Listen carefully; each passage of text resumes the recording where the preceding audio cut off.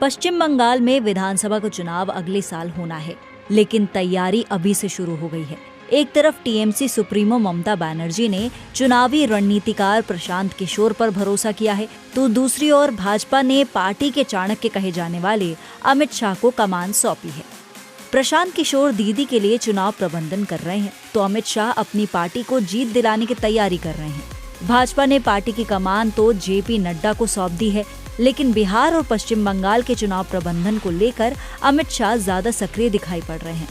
हाल में उन्होंने बिहार के पार्टी कार्यकर्ताओं के साथ ऑनलाइन बातचीत की और उनका हौसला बढ़ाया।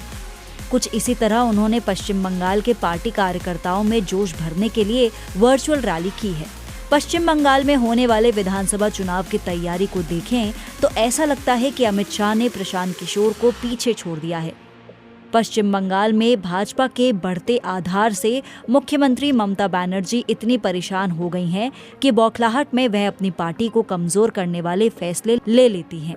वहीं लोकसभा चुनाव में भाजपा को 18 सीट और 40% वोट मिलने के बाद से ही ममता बनर्जी को अपनी कमजोरी का पता चल गया था और उन्होंने विधानसभा चुनाव की रणनीति बनाने की जिम्मेदारी प्रशांत किशोर की कंपनी आईपैक को सौंप दी।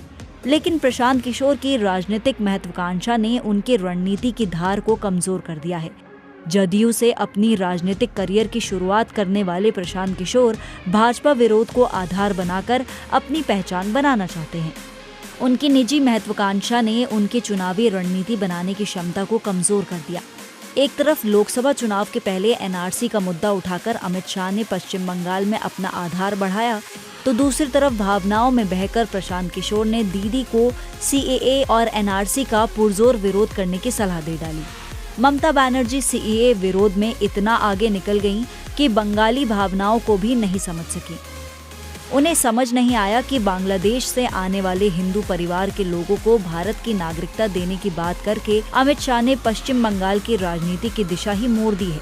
ममता बनर्जी जितनी तेज आवाज में सीएए का विरोध कर रही थी, उतनी ही तेजी से भाजपा का आधार बढ़ रहा था। प्रशांत किशोर की रणनीति विफल होती दिखाई पड़ रही थी। अमित शाह ने ममता बनर्जी को बंगाली हिंदुओं का विरोधी बताने के लिए पूरा कैंपेन चलाया, जिसमें प्रशांत किशोर फंस गए।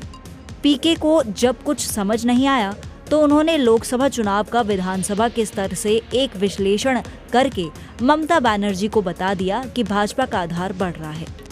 उन्होंने बताया कि पश्चिम बंगाल की 294 विधानसभा सीटों में से 175 सीटों पर भाजपा का आधार बढ़ रहा है। उन्होंने बताया भाजपा की बढ़त के संकेत मिल रहे हैं।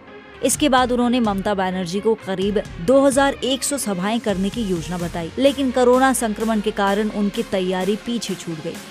लॉकडाउन के कारण सभाओं पर रोक लग गई और आनन फानन में ममता बनर्जी ने कार्गो प्लेन से पीके को कोलकाता बुलाया। कोरोना पर भी ममता बनर्जी की विफलताओं को भाजपा ने उभारा, जबकि पीके दीदी के पक्ष में हवा बनाने में विफल रहे। भाजपा ने ममता बनर्जी को विलेन साबित करने में अपनी पूरी ताकत लगा दी, जिसके कारण दीदी की परेशानी बढ़ गई है। लोकसभा चुनाव से पहले ही टीएमसी के मुकुल राय, अर्जुन सिंह, सौमित्र खान और अनुपम हाजरा जैसे बड़े नेता भाजपा में चले आए हैं। अगले साल अप्रैल मई में होने वाले विधानसभा चुनाव से पहले टीएमसी के कुछ और नेता भाजपा में शामिल होंगे। हालांकि प्रशांत किशोर फिलहाल पूरा जोर लगाने की कोशिश कर रहे हैं, लेकिन अब तक हुगली में बहुत पानी बह चुका है।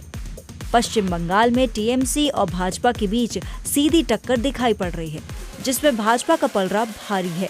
पीके की हर रणनीति का तोड़ अमित शाह निकाल रहे हैं, लेकिन शाह की नीति का तोड़ ना तो दीदी के पास है और ना ही उनके चुनावी प्रबंधक प्रशांत किशोर के पास। इस बार ममता बनर्जी की कुर्सी खतरे में है। हालांकि राजनीति में कुछ भी स्थायी नहीं होता और पासा कभी भी पलट सकता है, लेकिन अब तक जो स्थिति बन रही है उसमें पश्चिम बंगाल में कमल खिलने की सबसे ज्यादा संभावना है। अगर आपको हमारा वीडियो पसंद आया हो तो इसे लाइक करें, इस चैनल को सब्सक्राइब करें और हाँ, बेल आइकन भी दबाएं ताकि आप तक हमारे वीडियो की नोटिफिकेशन पहुंचते रहें। हमसे जुड़े रहने के लिए अपने सुझाव हमें कमेंट बॉक्स में देते रहें। हमें आपके सुझाव का इंतजार रहेगा। हमारे साथ जुड़ने के लिए धन्यवाद।